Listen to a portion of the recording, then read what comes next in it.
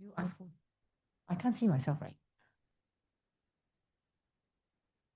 Today, like, can they? Oh, interesting.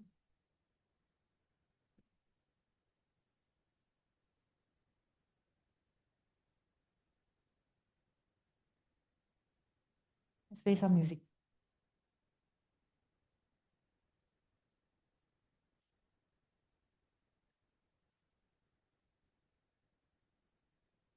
Further a bit. Okay, can.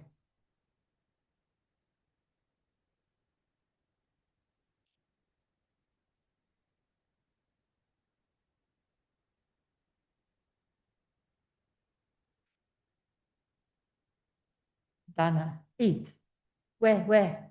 You never help me buy ah? You never buy? Why you never buy? Buy that thing.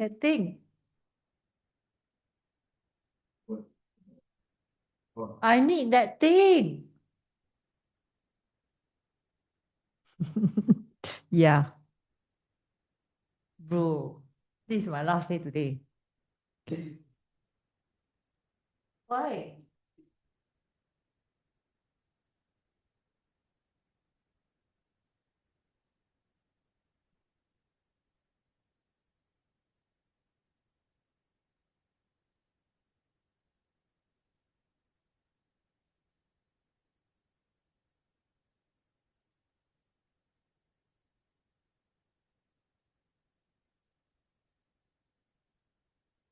Can hear or not?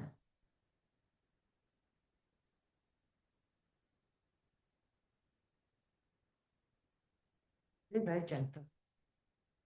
I don't think so.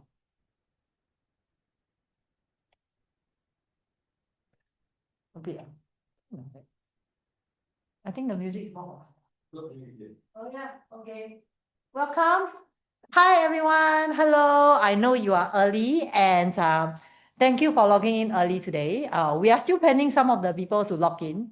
And today I have a very um, special series for those of you who log into my webinar today. And for the very first time in all my webinar, I'm going to introduce to you all my crews. The one who is working very hard behind the scenes while you are just looking at me with my screen and thinking what is actually happening behind the scenes of where I'm doing the webinar. So I'm going to let you in on this little short tour of what is actually happening while I'm doing the webinar. And believe me, it is not an easy setup. Okay, and honestly, you don't really get to see this all the time. But since you came in early, I shall have the honor to show you what actually happens behind the scenes of me and my webinar team. So let's give it another couple more minutes to have more people to experience this very special short tour of my BTS. Who is inside already? JL. Oh, anyone else? Let me see.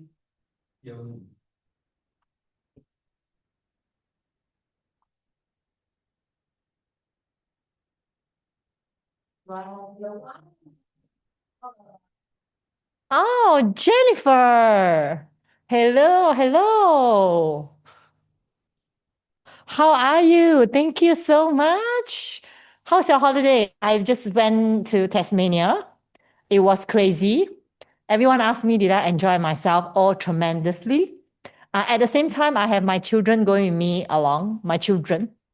So I have 4 kids, 2 teenager, 2 younger kids, and three other families, and total of 18 packs to Tasmania.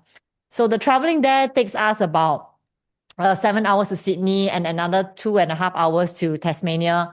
And then over there, we stayed for 7 days and we went to a lot of places and sightseeing, and it was really tiring. But all is worth it if you want to have some pictures of, the sightseeing images, pictures that I've taken during that. You can always DM me and I will share with you all these beautiful pictures. So we go to places like Bay of Fires. We go to like Mount Wellington, which is beautiful. We see the clouds. We never ever have I gone for a hiking or rather a sightseeing there that we drive up all the way to the mountain. And then after that, above at the mountain top, you actually see the clouds. That means at Mount Wellington, you actually see the clouds below your feet. So it's really beautiful because there are rocks and all along at the pavement, and then you have this viewing deck, and then you stand there and you just view this magnificent view where you see all the clouds just in front of you. So can you imagine that? It's so beautiful. I should post it on my IG and share with you guys more. Yeah. Sure, Jen. I personally send you all the beautiful pictures. And then there's also some other glowing. Thank you so much. You are always so kind. And then who else am I seeing? Oh, let me.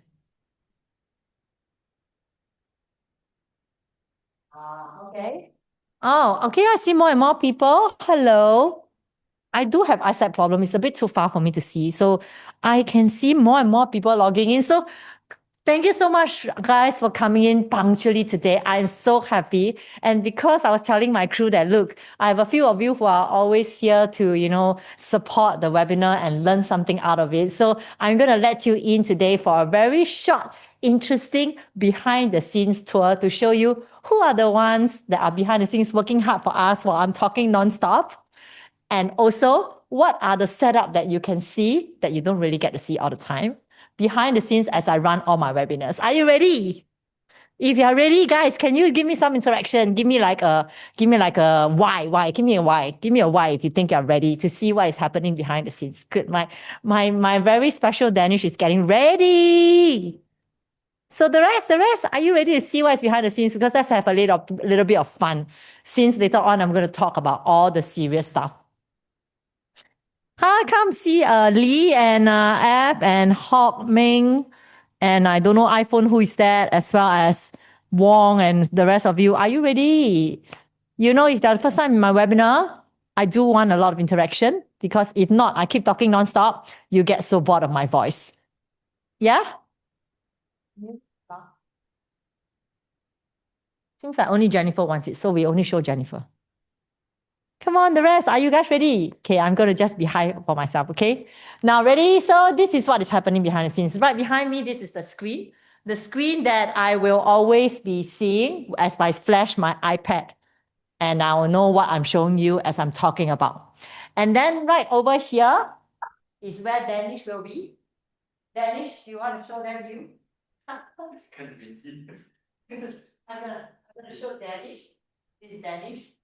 Yeah. Yes, this is what he does behind the scenes to make sure you have all the soundtracks. Yeah.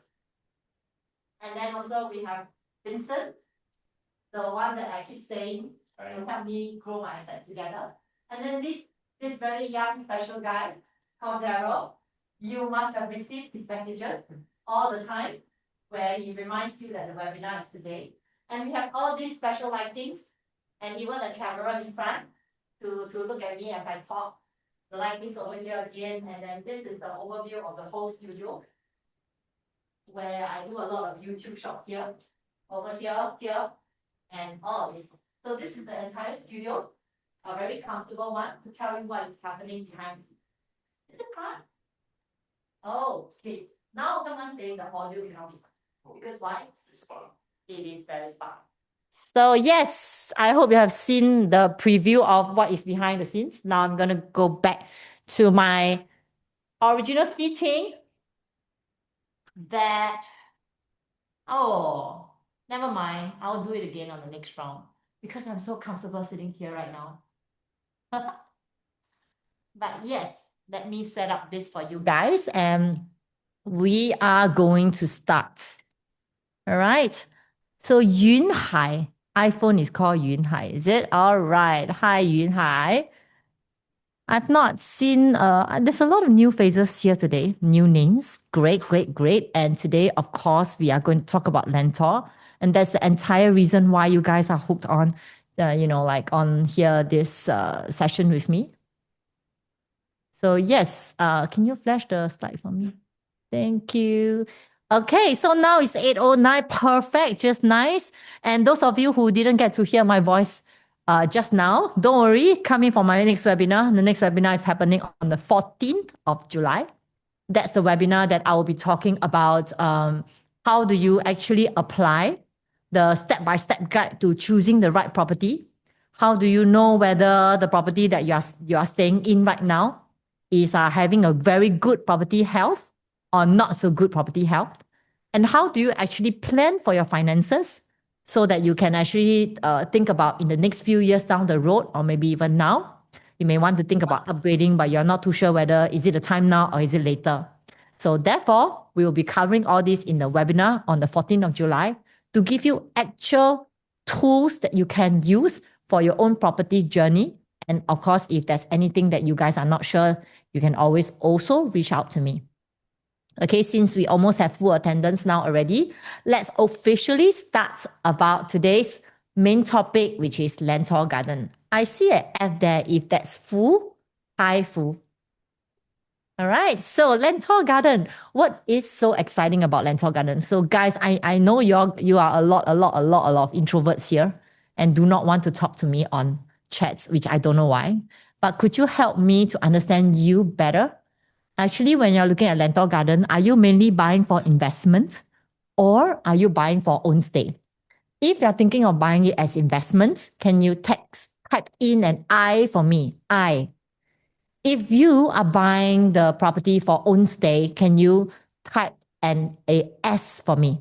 So I know on the ground who are actually thinking of own stay, who are actually thinking of investments. And I know there are definitely people who may not want to reply me as usual. Okay.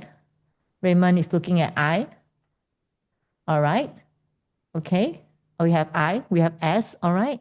Seems like we have quite a fair bit of people looking for own stay. Great. All right.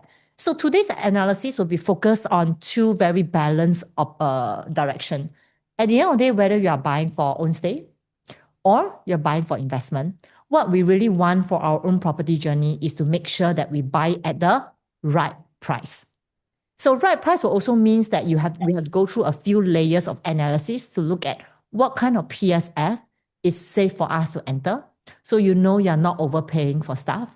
Other things will be like, how can you make use of developers' pricing strategy, which I always talk about it, to select the right type of property, or looking at rental yield to know whether is there a safety net that you can fall into this purchase, in any case, if it doesn't get sold out easily. And I'm also going to add in one very interesting part, which is when will there be real competitors? If you are thinking of investment, I'm sure you are thinking of exiting in future. We will also be talking about when is safe for you to exit and when is possibly not a good time for you to exit. Then you can decide for yourself if Lentor Garden is really the project for you. As usual, everything that we share about in this analysis are all based on my own analysis, research, and my own interpretation. If there's anything that you feel, I'm not too sure about it and I want more clarity, you know where to find me. You can reach out to me. Usually after all the webinars, we'll do a follow-up session with all of you to know where are the areas that we could actually touch on more, or some of the questions that you may have in mind that you're too shy to ask. We will also reach out to you to hear from you so we can give you even better clarity. Let's take a look at Lentor Garden Residences. What is it actually about? By now, we do have known the developer is Kingsford. And I recently bought a property, a purchase through Kingsford as well. And maybe Jennifer would have known, or maybe you haven't known. I haven't shared yet. It's a very impromptu purchase. We bought a property in One Marina Garden. It is under Kingsford. And we find that there's actually a lot of opportunities in One Marina Garden that many have overlooked. So if you do have the time, check it out and read it up on this One Marina area, where there's going to be a lot of redevelopment, and Kingsford is the very first plot to own the very first piece of land there for residential. And when we did a lot more research, we realized that there was very good opportunity for investors or own stays to enter into because the growth is exponential. But today we're not going to talk about Lentor One Marina Garden because our focus is Lentor Gardens. And Lentor Gardens, the most important selling point is that they actually focus a lot of a mix of own stay and investment because they do not build one bedder for this development, but only focus on two bedder onwards. Which means that if there are people who are thinking of getting one bedder for purely investment to flip, sorry to say that there isn't any options for you for this development. And I'll be sharing with you what kind of quantum are you expecting if you're looking for a compact two bedder. The expected TOP is in 2030, year end, Q4. And the total number of units is 499 units, with definitely ample parking lots at 314 on the lower basement and 88 car park lots on the upper basement, making up a total of 402 car park lots. So most of the time, if you have seen enough launches or view enough resale, you would have realized that it is very hard to find an almost proportionate car park lots towards number of units. So technically, this is going to be a very spot for choice development if you're driving, and you're probably able to, ask for 2 parking lots if most of the residents here may not actually drive. And again, it's a non-PPVC project, which means that if you're thinking of getting a harmonized project at this point, and you're also considering that I want to be able to alter the walls, changing here, changing there, congratulations. This project is one of the very rare projects in Lentor, or rather the only project in Lentor that is harmonized and still allow you to hack the walls and adjust the room size. So I know some of us youngsters, we like to change here, change there. Yeah, then this project will be good. Now, talking about different types of availability of 2-bedroom, you are definitely going to have a lot of options. You have 2-bedroom compact at 646 square feet and 678 square feet for the normal premium 2-bedder. And you also have the ones with home shelter, which makes up to only 30 units. That means that for home shelter units at 30 units, it should be the one that sell out, because very, very hard to find a 2-bedder at 689 square feet and still have a home shelter. So this is also the perks of a harmonized project, because most of the time in harmonized project at 600 over square feet, you don't get a home shelter, but you get very spacious living and bedroom and probably even kitchen. So that's one thing. And also, if you're looking at 2-bed plus study, you do also have a lot of options at 732 square feet. This will be really suitable for people who is thinking of, I'm a couple right now. I might intend to have kid in the near future, but not so soon. And I want to start off with a more comfortable quantum to have a mix of both own stay and for family planning. Then this size will be just right. And if I ever have a chance to bring you to the show flat, we will be able to walk you through on how you can actually orientate the space so you can actually have family planning as well as longer term holding if you want to. Now, speaking of 3-bedder, there's also quite a fair bit of options over here. You have 872 square feet of 3-bedder, 936, 969 square feet, and 1001 square feet, as well as even the 4-bedder, which goes up to 1184 and 1356 square feet. So very interestingly, this project comes with 3 terraces. We also believe this could be a sellout terrace because they don't have any terrace options around here. And it's 1496 square feet, which is making up only 0.6% of the entire development. So it's a very, very niche bedroom type over here. So the rest of them covers about, the 2-bedders covers about more than like 40-ish percentage of the entire development. So if you are looking for good buys, I am pretty sure at this point, looking at the unit type itself, you will be quite sure developer will be quite careful with the way they price their 2-bedder. And if you want to get a good value buy 2-bedder, I think you do have a lot of options here. If you're looking for 3-bedder for own stay, well, you have 6%. That means you have a total of 30 units. That is compact 3. So if you do not want to stretch out too much on your range, that's 30 units. So do be up for grabs, because I think it's going to be a sellout for this one as well. Let's take a look at the site plan. Later, Joey will be coming in to tell you more about the site plan, the facing, the drone view, and all this. I'm going to briefly touch on it and go straight to the analysis part of it. So from the site plan, you can notice, right? Have you guys actually been to Lentor Mansion, Lentor Modern? I'm not sure if you guys have visited the show flat before, but for someone who has been seeing show flats all the time, when I go to the show flat today we have a special sneak preview of this project, and I am quite impressed because the landscaping is truly beautiful. Like, I am really not a fan of Lentor, to be frank, because I always feel that Lentor is like going to have a lot of units in future and stuff. But when I look at this landscaping, I was really caught off guard, because the landscaping to have this infinity pool over here, as well as this entire horizon landscaping to open up the block to block and make sure you have views for every single area is actually interesting, which means Kingsford has actually improved a lot in the way they do their site plan. And now we can actually take a bit more confidence towards oh,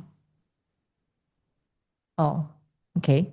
Now we can take a bit more confidence toward this project because I can see the effort that Kingsford has put in. And I will also say that if you are someone who doesn't like projects that are of high density, this project is perfect because in Lentor Mansion, the block to block is so close that you can see your neighbors doing what and maybe even reading what book if you zoom in. So for this project, you won't have this problem because either you get pool view or either you get skyline view or either you get landed facing or you get park facing. So that is what this project is all about. It looks like fish-shaped pond. Yeah, from the top, it doesn't do the project justice. If you go down to the show flat itself, then you will be able to understand. And of course, Kelly being Kelly, I've gone down today specifically just to shoot this very short walkthrough tour for you guys. So it's really, really a very last minute impromptu shoot today, just so you can have a better experience with me today here. May I know how to address you? Oh, is that you? You text on? Oh, okay, can. Ignore the message. Okay, so developer pricing strategy. Okay, before I start, can you guys share with me how much do you think Lentor Garden will be priced at, starting from in terms of the per square feet? If you think Lentor Garden will be starting from 2,000 and 2,000, type me 2,000. If you think Lentor will be starting from 2050, this one is real, 2050, type me 2050. And if you think Lentor is going to start from 2001, type me 2001.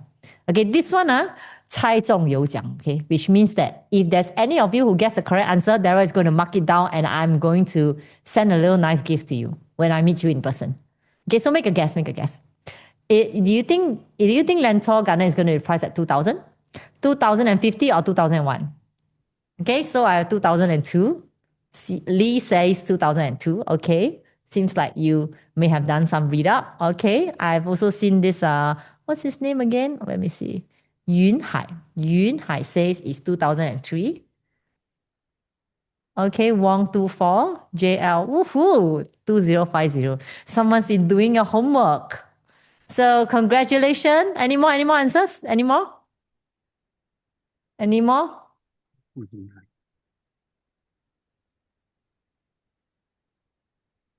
Okay, Joel says 2-1. Any more? I'm going to close in this lucky draw already, okay? This is a very, very interesting one. So actually, I have to say that the starting from price is really 2050. And this is really what has been announced in the news to agents and etc. So Jennifer, congratulations. It is true that developer is going to start Lentor Gardens from 2050. So lucky those who will get very good Q number. Joseph guessed 2000. Okay, good try. Very close also. So 2050 is a golden number, guys, because it will start from this. And later I'll share with you how Kingsford is going to do this very interesting pricing strategy. So you will be on the alert when you go down for the preview, because on the day of balloting, it's not going to be forgiving. And that's the time that you really should have someone beside you to advise you what is your walkaway price. Before we get there, Kingsford has done plenty of projects. Some of the common projects that we know is Normanton Park, Hill at One North, One Marina Garden, Chuan Park, Kingsford View, the one at Hillview, as well as Kingsford Water Bay. But what is very key is to know that even for my clients who is an avid investor, we actually have 2 investor unit over here at the Hill at One North. At that time when we purchased Hill at One North, Kingsford was actually having a lot of fear. During that timing, there was a lot of competitors. That's why Hill at One North, my client actually managed to go in at 2004. And in fact, 2004, at that whole area, after Sky Hollands was transacted, has already gone up to 3001 already. Now it's even gone up to 3003. So this became a very good value buy because 2004, you cannot even find in any RCR plot right now. And Hill at One North is an RCR plot. And then also Normanton Park is a beautiful project. So this Lentor Garden is a mini version of Normanton Park.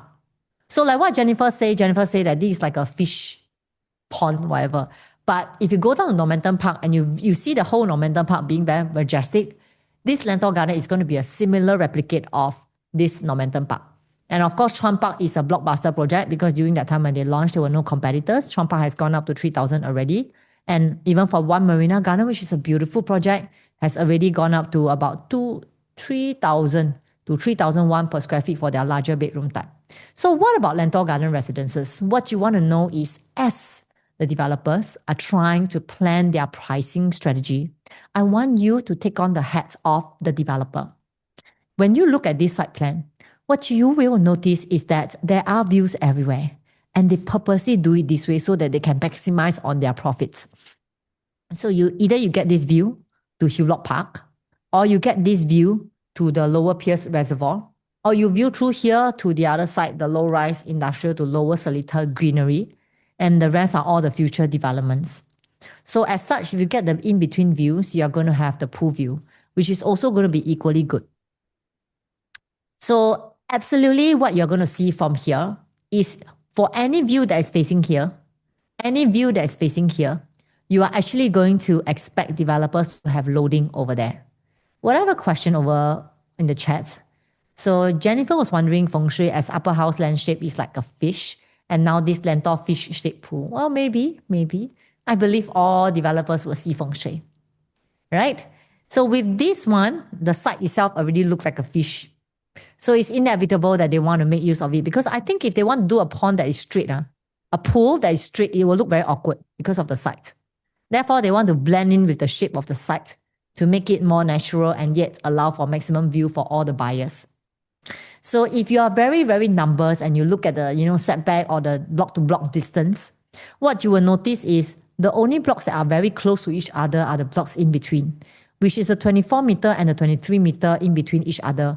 So these units, which is a terrace house, and these units here, there might be a slight chance that this might not have very high loading because developer knows that they are very close to each other. And as for all the rest of them over here and all the rest of them over here, if you're going down for the viewing and you decide that, I want to look at something that's greenery, I'm not saying that you cannot buy, but I'm just saying that you must be aware of the walkaway price, which I will be touching on in a while. So in summary, how I would predict that developer might load will be here. Number one, their premium stack will be likely here, where it faces the reservoir view. And this one will be likely their premium stack number one. Okay, and then the other one will be premium stack number two, which is all the greenery view, the setback over there. Later, Joey will show you the drone view. You will find that it's very impressive. And in between will be their premium stack 3, because over here are also all open view. And unless it's over here, which is very few blocks here, that will be very careful in the way they price. With all this, the question you want to ask yourself is, from only 2050, which it could have a chance of an average of 2350, right? So some of you actually guessed that it's going to be 2004, like Wong. I wouldn't say it wouldn't happen. It might, because looking at Kingsford, I do know they may do that. If the number of checks collected is a lot, I won't be surprised they increase the price 3 to 4 times within one development, within one launch. And if I see Yunhai actually tried 2003, actually 2002, 2003 will still be the norm that you're going to expect in Lentor Garden as well. So with 2050 starting from, how do you determine which price is safe? Now, if you realize, why do I put 2002 starting from here? The reason why is because, knowing Kingsford style, 2050 is probably just a few units. If not, maybe 1 or 2 units. After that, their next price jump could easily be about 50 to 100 PSF very quickly. So if you were to determine which price is safe to enter, unless today your ballot number, you are getting less than 10. If your ballot number is less than them, I'm 100% certain that you're going to buy below 2000, 2001, 2150 and below. But if your queue number is above 10, or maybe even 20 or even 30, then I'm quite sure you will likely inch towards the 2002 onwards, which at this point onwards, does it still make sense? So let's take a look at the land price. Notice that their break-even price is at 1,894. So 1,894 based on our years of experience, minimally the developer will add around 400 to 500 from it so that they can see enough profits. So that's the reason why 2050 is a very, very rare find unless your queue number is very good. To take reference on how much a developer may go up to, let's take a case study from Chuan. For Chuan's pricing strategy in phase 1, okay? Phase 1, phase 2, phase 3 basically means that at a certain percentage of sold, the developers will revise their prices. Most of the developers, when it reaches the end of phase one, is when the total number of units has reached about 60% sold. Once 60% is sold in phase one, then they will enter into phase two, which is a 60.1% onwards, all the way to the 80th or even sometimes up to the 90th percentage. So that is under phase two. And then after that, the 90th percentage onwards will be phase three. This is not a standard practice, but most of the time it's being practiced this way. So for Kingsford, they like to defy all odds, meaning to say they may not actually hit 60% to change their price. So in phase one itself, they can even revise price a few times. Let me show you. So this is a two-bedder already transacted. The price actually started from 2287 all the way to 2007 PSF, which is a very big difference of 500 PSF. And so how did it happen? So if you take a look at this, okay, based on launch day itself, you can notice that the lowest PSF that was transacted is as low as 2555 for two-bedder. The highest PSF that was transacted is 2727. And these are all done due within the first, the booking day, the VIP day, as well as the booking day. So why is it important to know this? Because today, if you want to analyze how Kingsford do pricing, you'll notice that they will start from 2005 and then until 2007 within the day, within the phase launch period itself. And this is approximately 8% of jump. So the normal price jump is usually about 3 to 4%. But for a developer to actually go straight up to 8% on day one and even plus day two of launch, actually this is a very big jump. And especially challenging for buyers who are buying property as their first investment home. Because you are really not sure, you may not even be aware that there was an 8% jump. So is 8% safe or not? Let's take a look at their three-bedder also. Three-bedder itself also, during the day of launch, it is as low as 2004, 2429 and 2430. And then after that, they decided that actually from 24, they can also go up to 2006 plus PSF, which means that from 2004 to 2006 PSF, it is again an approximately 8.3% of jump. So what is the common pattern that we see from here? We are seeing that regardless if it's two or three-bedder, which happen to be the most fastest moving unit type during the launch day, the Kingsford actually is also quite greedy in the way they up their price. So how do you make sure that you buy at a very safe zone? I will share that with you in a moment. So the question you also want to ask yourself is, why does Kingsford actually get so greedy when it comes to being able to inch up to 8%, which is really very crazy? So what you want to know is that during that time when Chuan was actually launching, now known as Chuan Park, their estimated break-even was 2229.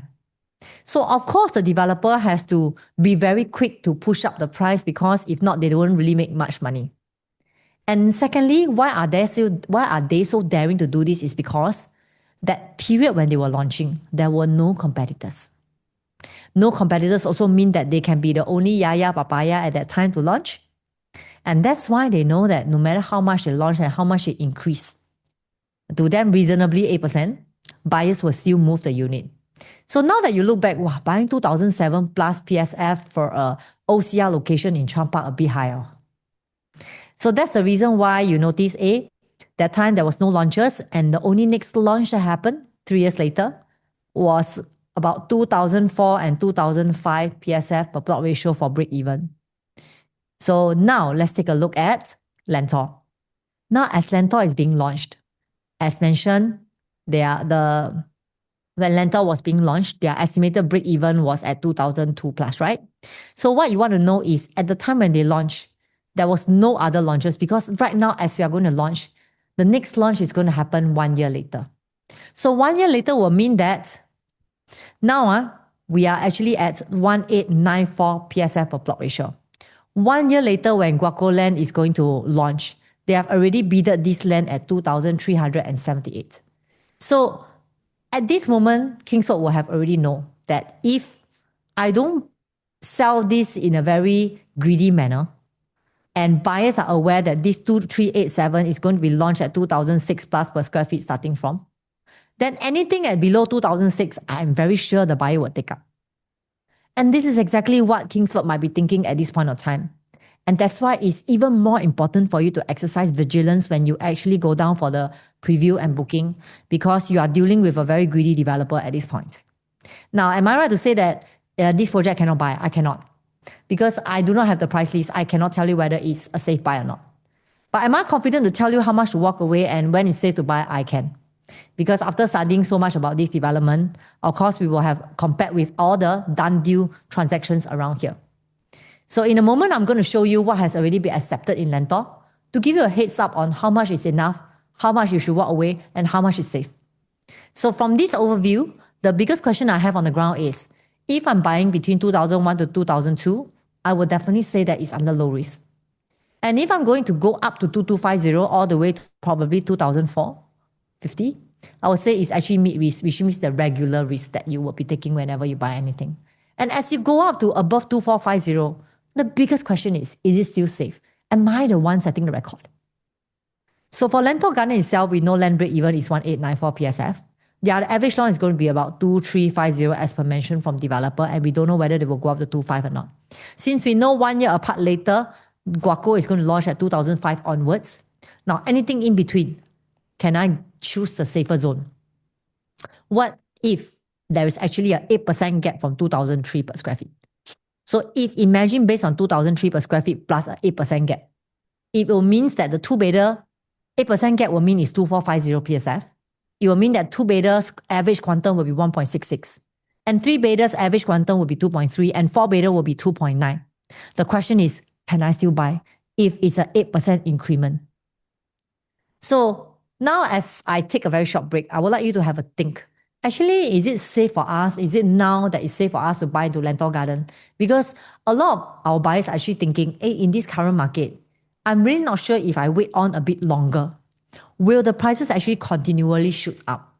Or will I now find an opportunity to buy into this thing called the V-shaped window, where I get to buy at a low price, and in fact, I may even get to future-proof my purchase. So let's take a look whether what is the acceptability range in Lentor. These are already done deal in all the rest of the development, which means that today we are looking at already accepted pricing in everything in Lentor Modern, Lentor Hills, Lentor Mansion, Lentor Central, Hulot Green, and Lentoria. Disregarding if they are harmonized or not, this is what you are going to see. In the average PSF over here, you can actually notice that they are averaging at 2002 and 2002 range for most of the condo here, regardless if it's harmonized or not. And in terms of the quantum, you can also notice that their average quantum for two-bedder is also sitting at about 1.6 million plus minus. So in summary, you can see that acceptability range in Lentor, the lowest being 2003 PSF and the highest average being 2005 PSF. And for the quantum wise, you can see the lowest quantum being 1.3 and the highest quantum being 1.6. That means that if I take reference into this, I can easily say that at this 2450 with a two-bedder at 1.66 million, definitely I'm very close to already the highest quantum over here. And that's a time that I might take a step back to not want to go ahead because it doesn't give me the safety net that I want. So the closer I get to this area, to this zone, at 1.3 all the way to maybe 1.5 something, I will feel that it's definitely a good to go for the development for two-bedder. But if I inch up to 1.6 onwards, it better be a good unit with nice facing that I know my neighbors above me are going to buy higher than me. Otherwise, I might hold back from the purchase. So I know this may not actually help to solve whether should you buy or not. And of course, during the day of ballot, what we can assure is we'll walk through this with you to ensure you don't overpay for things. Now, what about the three-bedder? For three-bedder, the acceptability range in Lentor is, you can realize the lowest PSF that has already been done deal is 2157 per square feet, with highest average at 2328 PSF. Then, in terms of the quantum, disregarding the size, the lowest quantum is 2 million and the highest quantum is 2.4. So back to the same question. If you're looking for a three-bedder to own stay, then you will be asking yourself, I wouldn't want to be the one to buy a 2.4 million. I would want to be the one to buy a 2 to 2.2 million for a general two-bedder of 1,000 square feet. So I can be on the safe side because I'm still harmonized and my quantum is still attractive. When I want to exit, I have Guaco land to push up my project, and that gives me even a bigger safety net. Okay. So I hope this page is actually quite clear for you guys because I do not want to, bombard you with too many figures.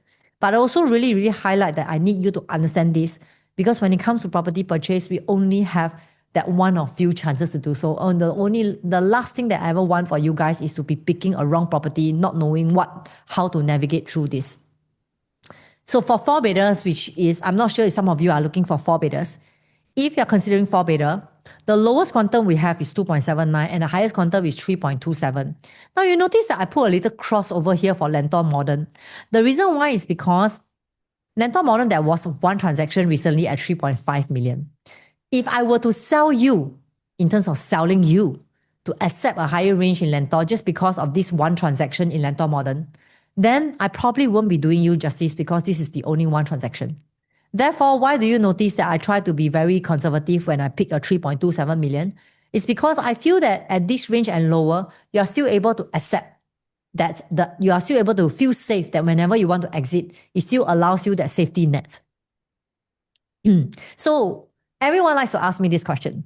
What is the sweet spot? So now let me ask you back this question. The answer is on my screen. I want to know if you are still with me. If you are looking for a two better, what is the sweet spot you will enter into? Now you can type the PSF or you can type in the quantum for two better. Come. We have Jennifer getting a little small gift from me already. Let's see if the rest of you are on able to understand me or not. So my question is, if you were to pick a sweet spot of entry price for two better, how much would you walk away with?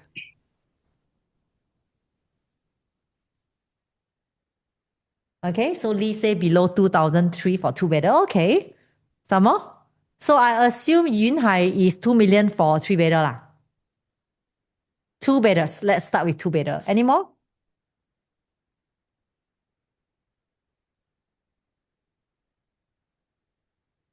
Any more? Or you guys don't know? Or are you lost? The last thing I want is for you to be lost. Okay, Jennifer say 1.6 and below. Okay, for two bedder. Okay, now let's move on to three bedder. Okay, so for three bedder, how much will you walk away with as your own defined sweet spot after hearing from me? Okay, Yin Hai say two bedder 1.6. Great, great, great. You guys are paying attention. Superb. And now about three bedder. Now give me one more. So we have who? We have, okay. So we have two person who choose 1.6. Daryl, can you write down? Yun Hai, which is iPhone, and also Jennifer. Three bedder 2.1. Okay, safe. Jennifer 2.5 mil, a bit higher, three bedder. Okay. Any more? Any more? The rest who then reply me, is it because I am too fast? Or you don't get it? Or if you're not sure, if you think I'm going too fast, you can slow me down, okay? Because last time I have a feedback that everybody said I'm speaking too fast, so that they're trying to ask me to slow down because if I do so fast, they cannot understand what I'm talking about. So this is how fast I can go. That's why now I learn to slow down and tell myself don't go so fast. Okay, so great, great, great. So technically, the answers are here, all right? For two bedder, this will be the maximum, which means that if I were to be very, very careful with my purchase, I will buy at 2003 per square feet and I will go at 1.6 and below. Okay. And if I will be very, very careful with three bedder, I will buy at maybe 2004 or 2350 around there. And my max is about 2.3 to 2.4 million. That's it. And for four bedder, I will be doing at 2002-ish PSF because the quantum is about 3.2 and lower. If I were to do it, I will go by this way because I never want to be the highest record setting over there. All right. So now let's take a look at this very interesting sharing. As I was doing my research, I also asked myself, if I want to buy Lentor to exit, I want to know when I want to exit. Of course, there will be a lot of conflicting voices from people and friends around you. that say that, hey, cannot buy Lentor lah, so many units over there. You want to sell, very hard to sell next time. If very hard to sell next time, don't buy there, buy elsewhere. But where? Right now, we know that the entire Singapore, the new launch options are getting lesser and lesser. In fact, buying into a V-shaped window is getting harder and harder. So all the more, it's very important for you to be even more detailed instead of generalizing by saying Lentor cannot buy. Because I was once also the ignorant person who generalized that Lentor cannot buy. That's why I need to do my study and research before I can share with you what is factual. So if we take a look at this one, these are the new launch supply summary by TOP dates. Okay? So for TOP dates, what you will notice is that in Lentor Modern, the actual TOP date is 2025. Hewlett Green is going to be end of this year.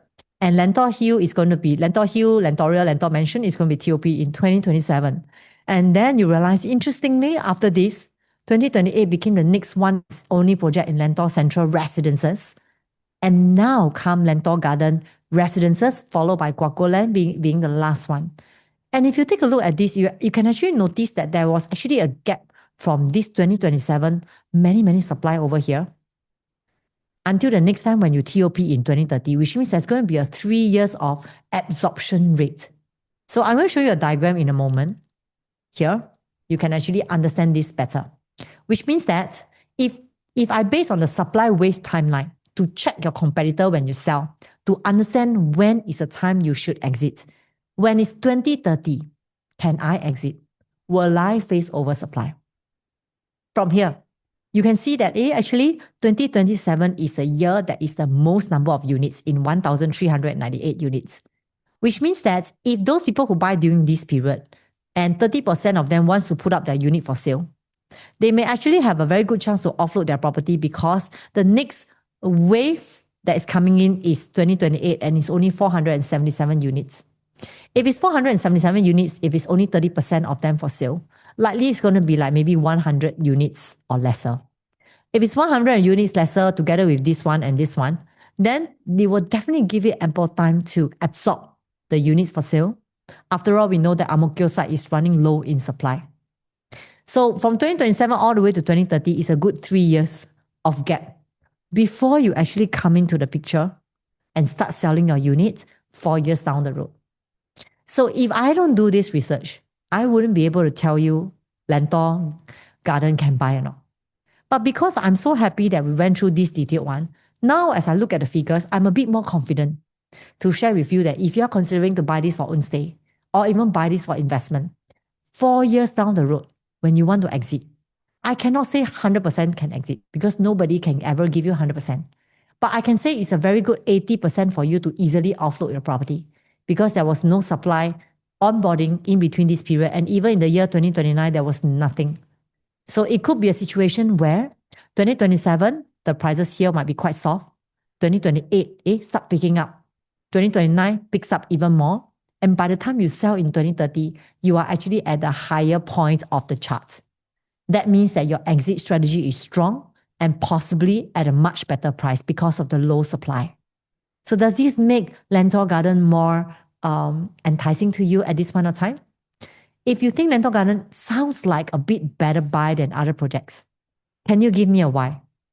And if you feel that no, I still don't feel very safe with Lentor, can you give me a N? Okay, I'll wait for you. If you think Lentor Garden seems like, okay, not bad, like I can exit at a better opportunity, that's why. If you feel, I'm not sure, I think it's still risky, then you type N for me. Can? I don't have water. Drink water. You give them time. Can compare Lentor Garden with Hudson Place? Can. Lee, this calls for a separate session. Because you know why? I cannot do Hudson with Lentor Garden today. But I can do a separate one and send you the chart by WhatsApp so you can actually see the difference. So Hudson Place, as you guys are thinking about what you should type, should you type a Y, should you type an N, or should you type a question mark? I would say that Hudson Place is located at a place that is it's where the what's that called? Hudson Place 那个叫什么啊 ？Hudson 的那个 Media Circle 那个 Bloomsbury. So Bloomsbury. Okay, can I be very honest here at this point of time? Okay, we do a lot of analysis, and Bloomsbury location has never been one of my top choice for project recommendation.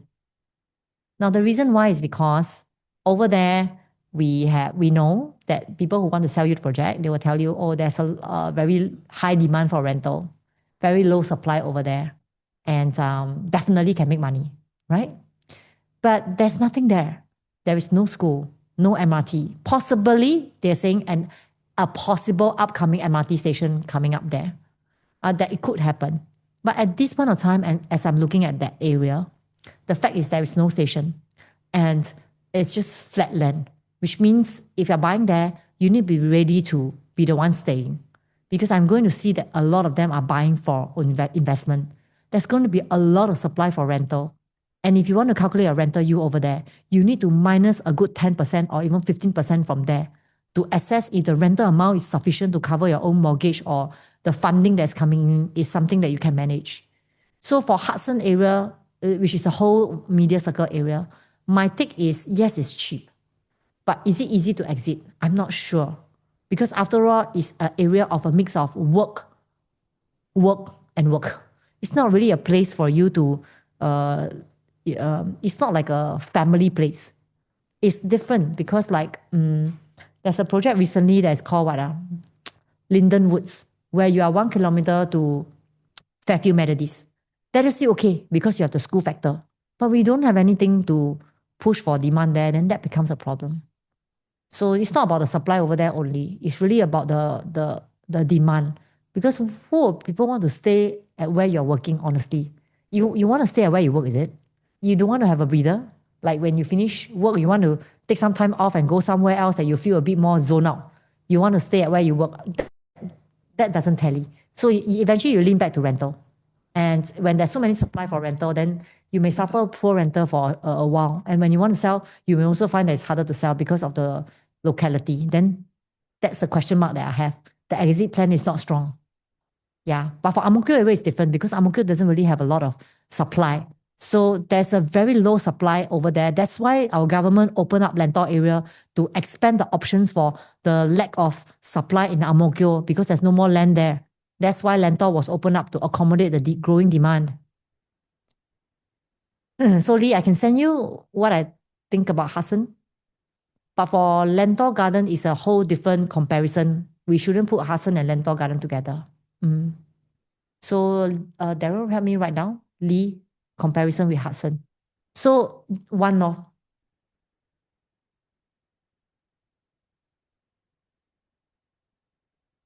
One North area is good. If you're getting near to the Star Vista, that's like we've done a lot of research for One North area and the profitability of there. Actually seems like the movement there is a bit slower. The reason why is also because over there, right, there's not a lot of units for sale. All along the projects there, the unit size there are quite small. So people who want to live near the MRT, they notice that they don't have a lot of options to buy as resale. So if you want to buy one-off area, you must be near to MRT. Don't want to get so far away from MRT because that's the whole reason why people want to either rent from you because of convenience or either buy from you because they like the Star Vista. Star Vista is a mall. People can go there for church activities and all this. So there's still a lifestyle to it. Yeah, you're right, Jennifer. So these are the TOP supply based on SSED dates. So I dive even deeper into SSD to tell you whether they will be putting up for sale or not. So if you take a look at this, you'll notice Lentor Central is 112 units. And then Lentor Modern is 121. All these are the SSD. To tell you by the time their SSD is ready to sell, there is still going to be a very big gap from the number of units for sale. So let's say, for example, the SSD expires in 2031, which means that there's an approximately of 562 units, and there's likely, if it's 30% for sale, is 112 units for sale. And then this one will also be 121 units if all of them are only 30 units. To give you a good head start that by the time you're ready to sell your unit, and pretty much it's only this one, 95 units, as well as 99 units, as well as all this, which is in 2027, which is not going to be a very big competitor to you. So these two will be the probably ones that are more in this area. So very, very low supply, and it shouldn't affect you much. Okay, so in summary, although it seems like the total supply in Lentor is tremendous, the TOP and the SSD timeline appears that 2028 to 2030 will actually experience a softer market over there, which means that there's going to be a lesser competition, which means lower competitor, higher demand, which allows you to price your unit better.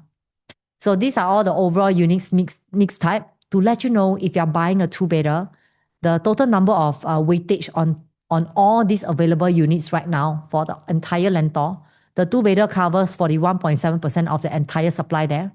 And the three-bedder covers 31.7% as well. So two-bedder may be a bit harder to offload because of the amount of supply there. And maybe a bit more competitive also. So do be mindful whether you are okay to rent it out on stay during the interim period. And one bedder actually may have least competition because why? There's only 6.9% of one bedder in Lentor. That means if people who are buying one bedder over there, this could be a good chance that the one bedder might actually see good gains. Very rare to find this because the supply is so low.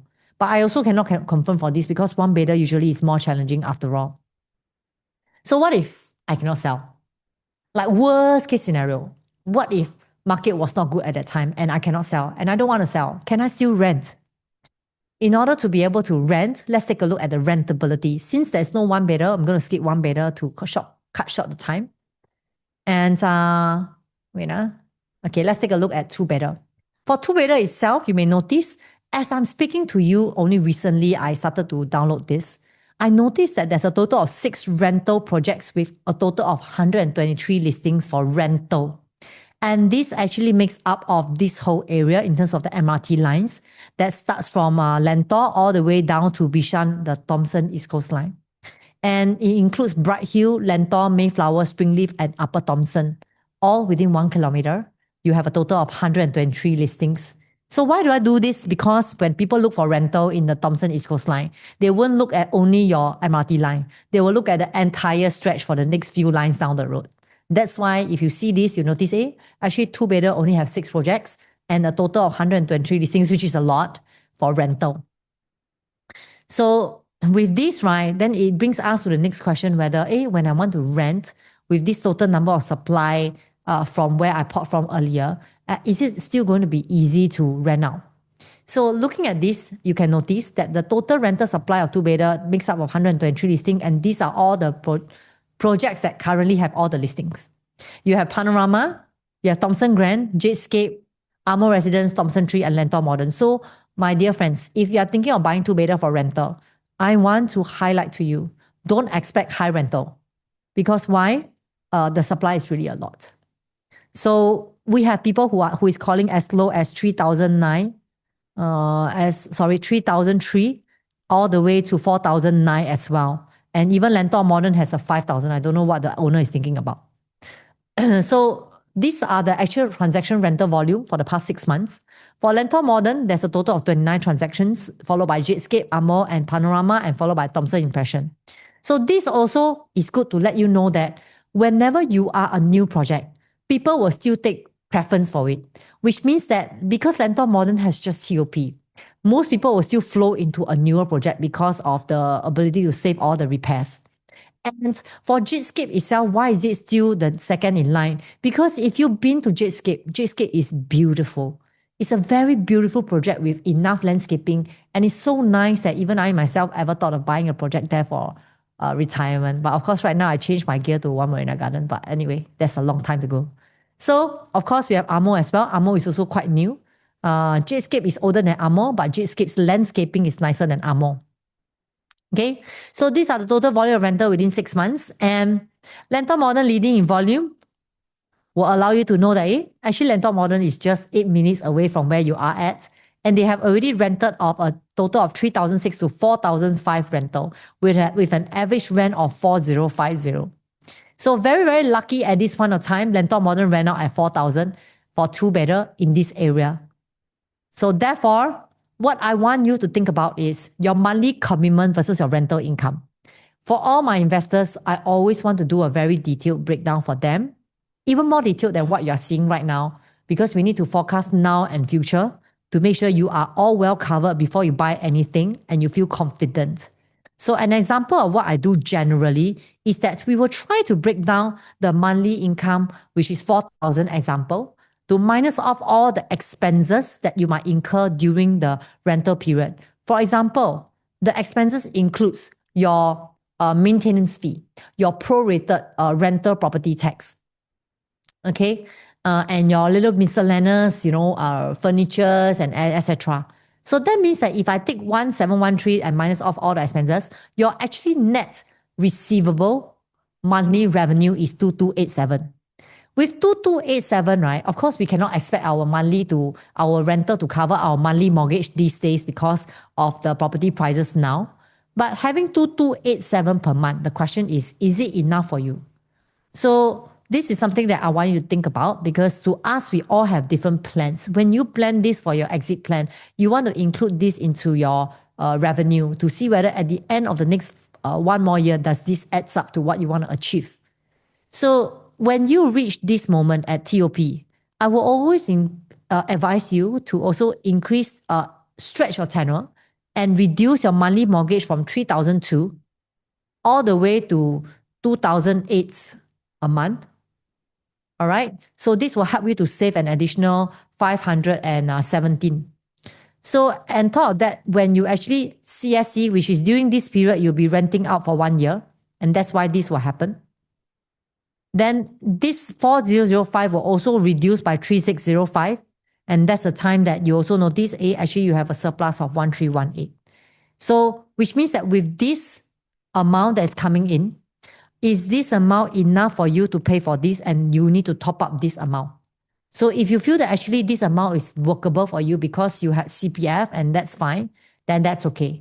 If you feel that this amount to cover this is the time that you're about to sell already, and you think actually you can tahan this, then I think it's okay to go ahead.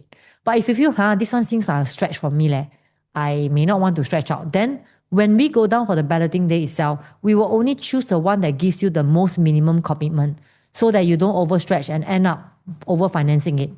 So this is actually an example of how do we offset our own CPF contribution.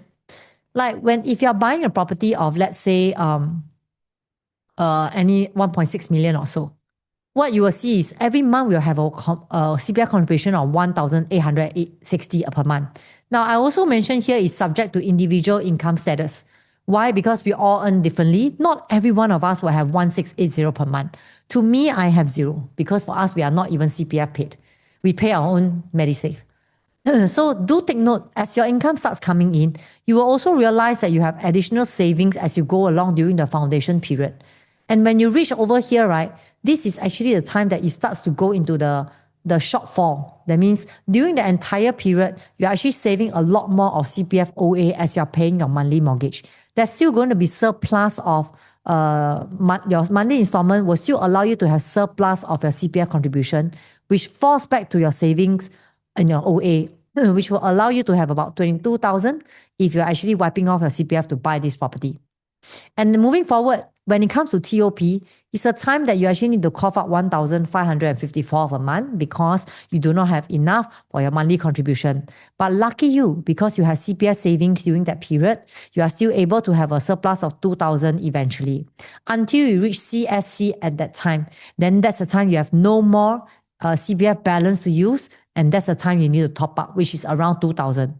So back to this. If your monthly revenue is 2,287 and your CPF contribution is 1,680, you likely will be able to purchase a property at, let's say, 1.2 million or even more. And you need to take a look at this portion to work out your cash every month towards TOP. If this is something you can afford comfortably, then we will be able to work out how much should you be buying at and how much should you not proceed if it exceeds your financial affordability. So back to profitability of two-bedder.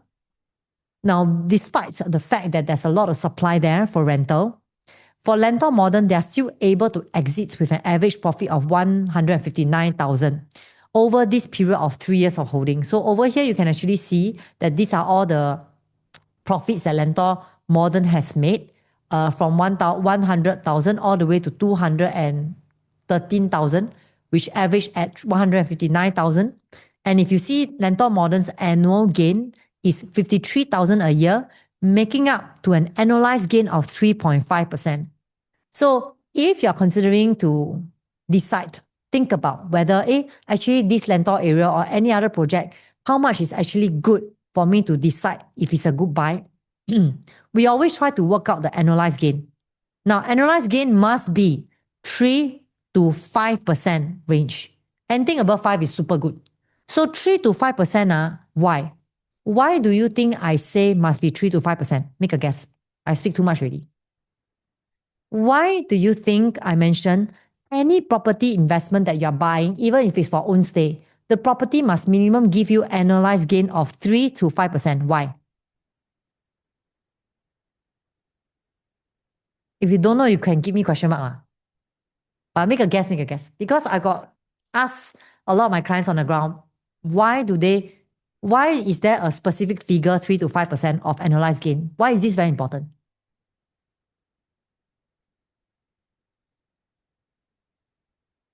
Cover mortgage rate, anyone?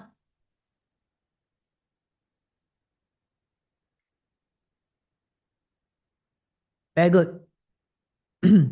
So Lee, you're very, very right. You know inflation rate in Singapore is 3%, right? 3.3% recently. So we have inflation that has gone up to 4% during COVID period also. So if the property you're holding, notwithstanding interest, because interest is also part of your cost, right?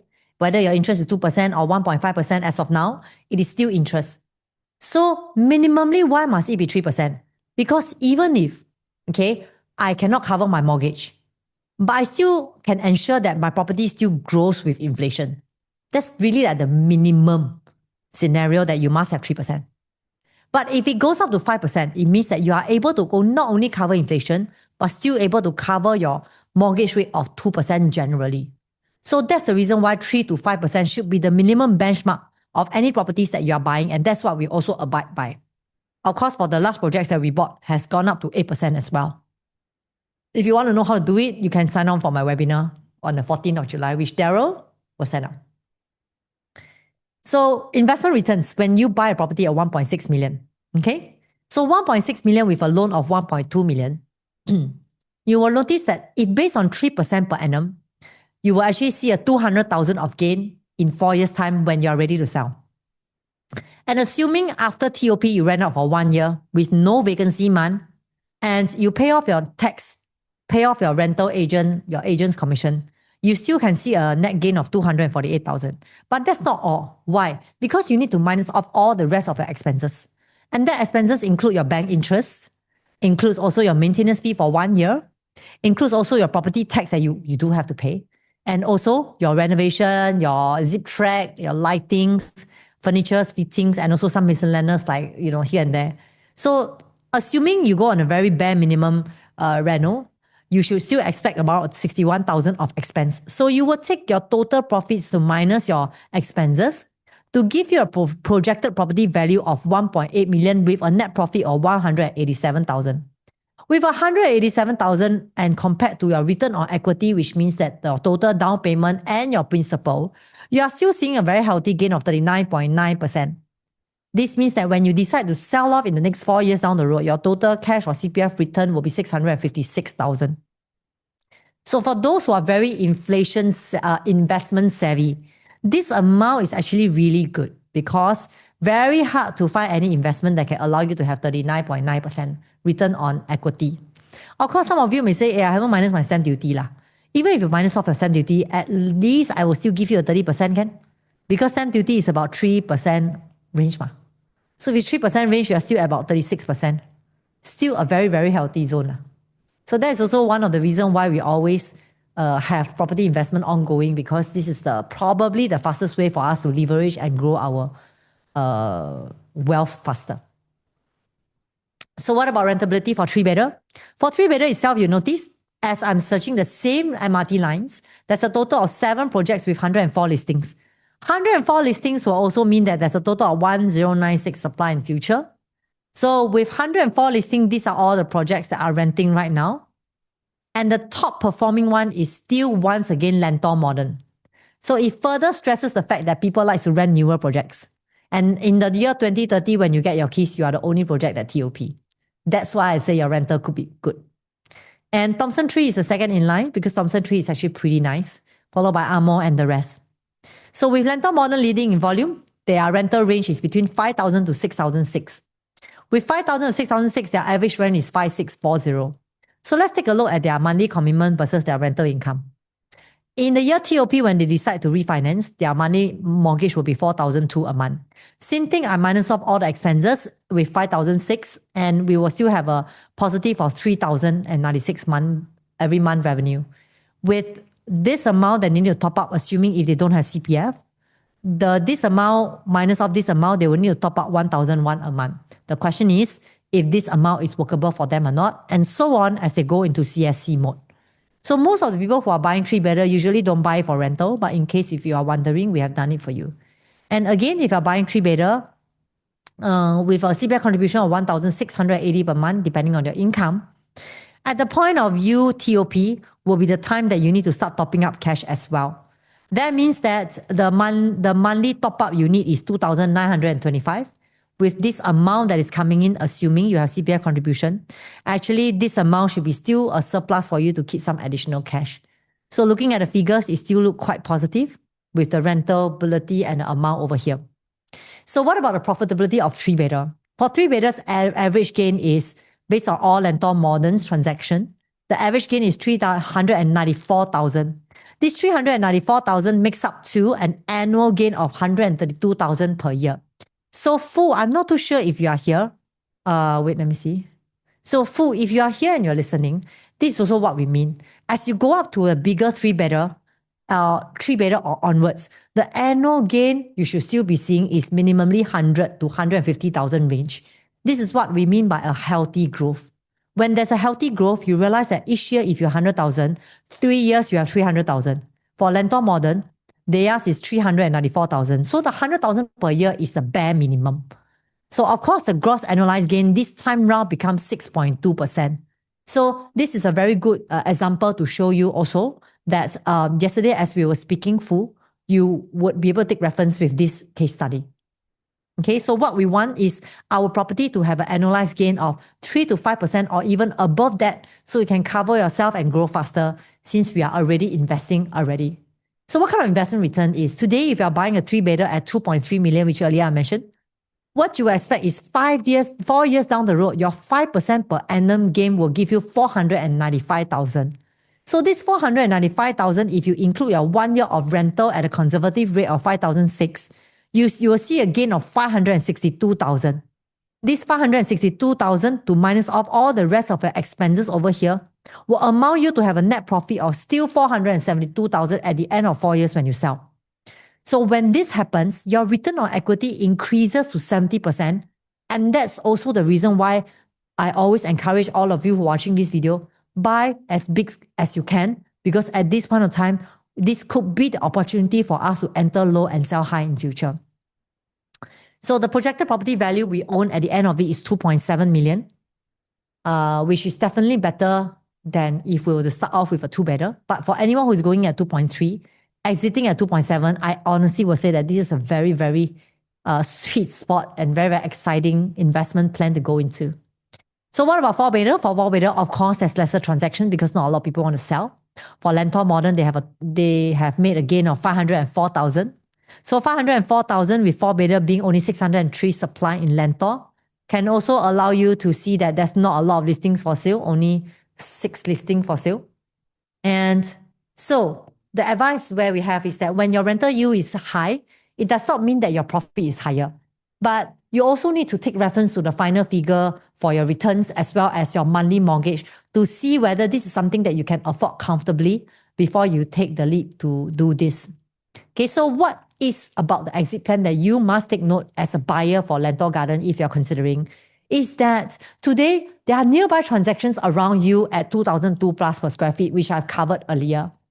And if Lentor Garden is averaging at 2,350, the question is a harmonized project and is it really safe to enter? Let's take a look at this moment onwards because this is where the future leads us.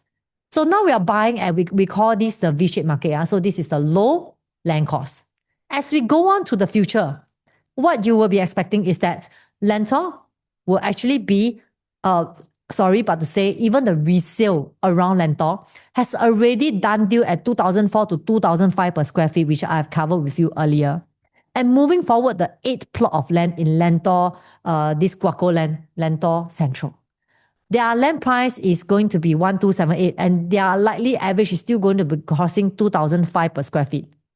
So today, if you're able to enter at 2,300 and PSF, not only do you have first layer of protection, which is your resale transaction, you also have a future plot protection. So very, very rare to find such kind of opportunity because most of the time you only have one layer. But today you have two layer, resale and future plot. That makes Lentor Garden so much more exciting because of the lower land cost to allow you to buy low, and with your future exit plan of the Guaco land price and your future already resale transacted price, definitely it gives you a very good starting point for Lentor Garden. Well, I say until I feel very excited. So anyway, I have been talking for like 1 hour, right? 1 hour, 15 minutes. And I know at this point, if I go on anymore, you probably will be very overwhelmed with what I'm going to continue talking.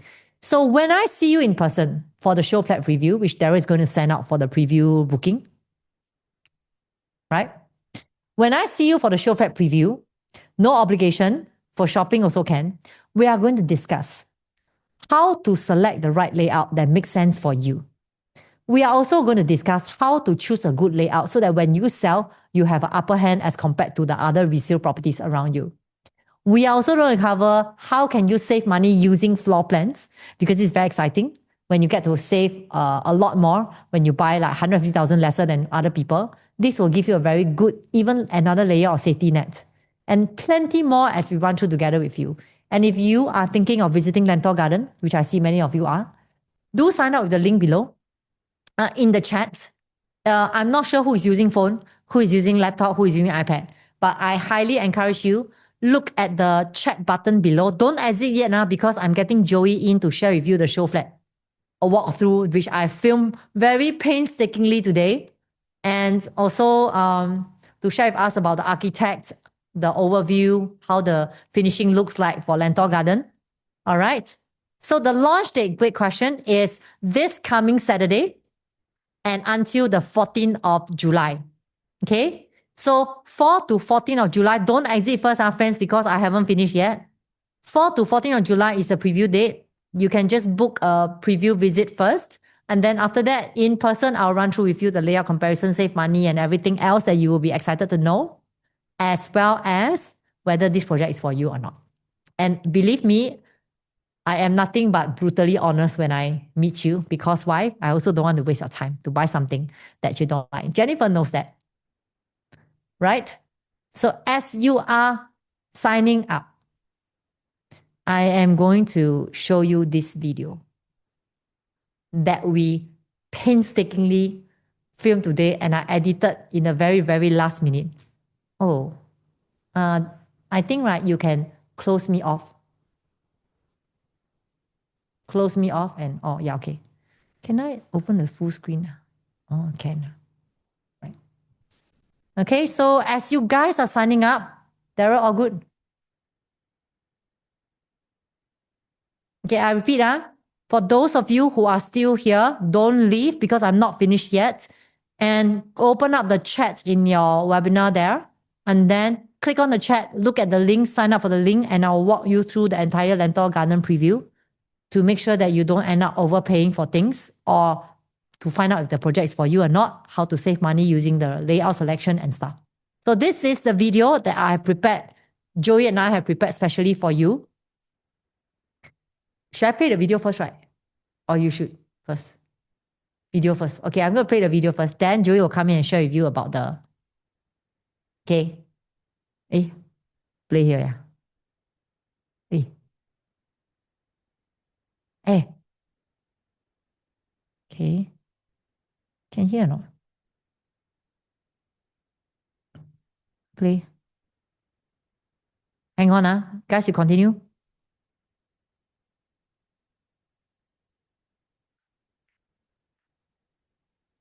No sound, No sound, Cannot. No. Cannot, then I can send the link to the group chat. Hang on, guys. Technical problem here. Hang on a minute.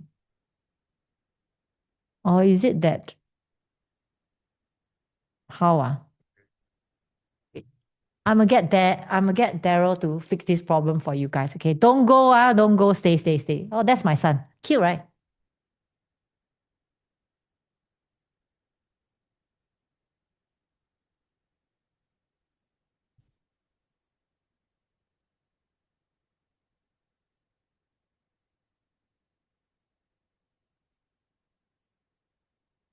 Okay. Just hang on, okay? If we can't fix this, we will send you directly to your WhatsApp the link to the video. Below got speaker icon, can tap to activate sound.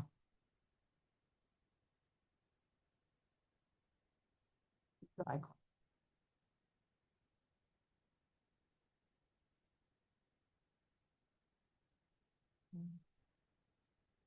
I know, right?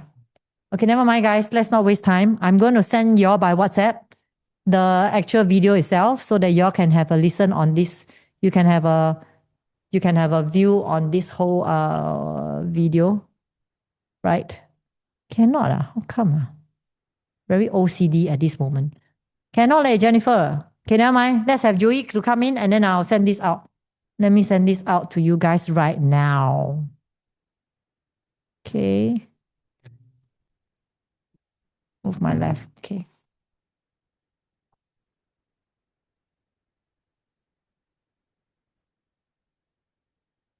Okay, come. Ken.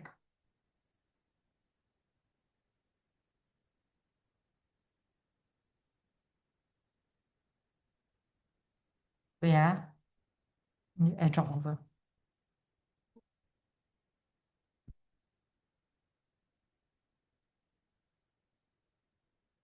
Okay. All right. 你要去 Good Notes 吗？加这个。哦。就是 extra。All right. Let's continue with Joey. Yes, a pity we didn't get to see the video. It's okay. They will have a direct link to watch it Okay. personally. Okay, can. So just to show you a quick one on how this Lentor Gardens residence will look like. So you look at this one, right? This is actually our 7th plot of land in Lentor already. It looks like a golden tortoise. Yeah. Jingui, right? Jingui, right? Yeah, so we are located right on this side over here. So our entrance are coming in from this side. We have a side gate here and over on this side. So when you walk over to the MRT, you are walking towards here. It's about 8 minutes walk. And we also have a side gate that we are going to propose on this area where you can walk over to the MRT in 5 minutes. All right, so this is our Hillock Park right in the middle. And this is how it looks like. So if you are facing towards the entrance area, you will be facing towards this location. So it's very nicely done, facing towards our swimming pool. And the swimming pool is almost 200 meters. Oh, 200 meters. Yeah, Wow. longer than MBS because Wow. MBS is 150 meter. Yes. Yeah, so this is 190, so almost 200 meters. And for Kingsford projects, right, they always like to have a lot of water in their development because money is wealth. Yes. No, water is Just how wealth. Jennifer is saying, what's that? Feng shui, is it, Jennifer? Yes, it's a feng shui. Yeah. Okay, so they have 499 units, 2 buildings of 16 story and 1 building of 8 story. So this is how it looks like when it's at night. Very nice. This time round, they have like gardens on the 9th floor where they have some grills, lounge area, seating area, and all this will be overlooking to the nice unblocked view of the swimming pool and also towards the Hillock Park. Yes. Yeah. So 100% of the units have very nice view. So this is towards the Hillock Park area where these are all the Hillock Park. You have a lot of greenery. So people who like quietness, greenery, you will really like this area. Okay. And this is how it looks like from the view. Our facilities are all on this side here. And this really have a very nice view where you walk over on this side, right? Where you're swimming over here. This is a infinity pool whereby you look over to this side. It's like a white horizon. Mm-hmm. Yeah. And Skyline. you see towards the water, the pool, and then after that, the greenery. Nice. And they do have some landscaping right in the middle. So when you're swimming, it's like swimming in the forest kind one. So Yes. it's really very nicely done, this landscaping. And this is how it looks like at night with some bubble pool jets over there. Right. So we also have 3 units of strata title, strata houses. All right. 5 bedrooms. Right. The whole of this development, there's only these 3 units. So we foresee the terrace house will sell out very fast. We'll sell that one. Yeah. Yeah. Because there's in the Lentor area, there's also not a lot of 5 bedrooms. Yes. Only Lentor Mansion and here. Correct. And some of these terrace, so a lot of people will want like that landed feeling without all the hassle. And in front of you is the pool already. Yeah, exactly. Yeah. It's nice already. Yeah. Okay, so this is the entrance coming in. Kingsford always also focus on the entrance. Yes. Because they want to have a grand entrance to welcome your guests when you come back home. Yes. Right? That I know. And the gym itself, I need to highlight this. The size for this gym, right? 81 square meter, which is the size of our compact 3-bedroom, 81 square meter. Yeah. That's really big. Very big, very big. Wow. And when you're doing your gym, imagine a very spacious gym overlooking to the pool view with these water jets coming out. Oh, wow. And there's only 499 units. Yeah. So it's going to be really extensive. Yeah, very generous space. Very generous. Right. Right? Yeah, so this is how the site plan will look like. These are all my 3-bedroom premiums and all this on the side, right? So the corners are all my 4 bedrooms. In the middle will be all the blue colors are all the 2 bedrooms. The blue are all the, okay. Yeah. So towards this side will be the Hewlock Park and this is the entrance area. So it means most of the 2 bedrooms will be looking at the Hewlock Park and the swimming greeneries. Yes, correct. Okay. We also have our own childcare center right over here as well. One thing about this childcare center is 600 square meter, which is about 6,000 square feet. Which is what? Which Really is big because a lot of places are only 5,000 square feet. So this is about 6,000 6,000 square is big. feet. Yes. And I'm sure they have swimming lessons since the pool is like that. yeah, it will be Maybe. nicer to have swimming lessons because you can swim the whole 190 meter. Yeah, shook. Yeah. Okay. Yeah. So this is how the site. Can we see the drone view? The drone view. The drone view. We are. You have. We are. The drone view.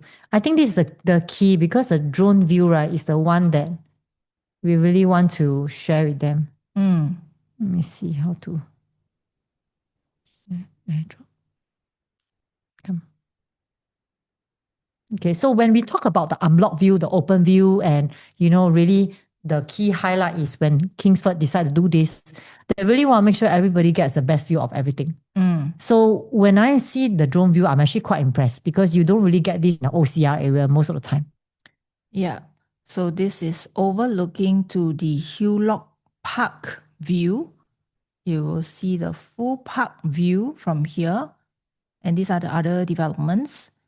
Towards this entrance side, you will see more of the swimming pool. And towards the swimming pool, behind will be all the landed properties already. So really 100% of the units are unblocked nice view. Right. That's why I think for those who are thinking of buying a 2-bedder, I think the question is, are you able to choose the cheapest unit in this area but still get to have unblocked view? If you get the cheapest unit and still get to have unblocked view, I think this will be a very good buy. Yeah. So on the day, then we will know, huh? Yes. Correct. So, okay. Anything else we should tell them? Okay. The preview dates is once again on 4th July to 14th of July, and booking day will be on 18th of July. That's right. So for those of you who haven't signed up for preview, sign up over there and we will walk you through the entire journey for Lentor Gardens. And also, if there's anything that you guys are not clear and things that we didn't cover enough, please feel free to reach out. Me, to make up for today, not able to see the video, I'll personally send your WhatsApp later the video link so you can have direct access to the video. But I never post this. We never post this on YouTube or everything. It's exclusively for you guys because you guys stay with us till the end. Yes. So enjoy the video and we will catch you up after. So for those of you who sign up for preview, we will also call you up tomorrow to check out how else we can better help you. Okay. With that, we come to the end of the session. Yeah. In a very, very time efficient way, 1.5 hours. Perfect. So thank you everyone for staying till the end. If you have questions, you can pop in here right now. No problem, Lee. Catch you soon. Anything else? That's all. That's all right. Mm. Thank you. Thank you. Bye. Ken. Thank you. Good night, Jennifer. Sometimes it comes in later.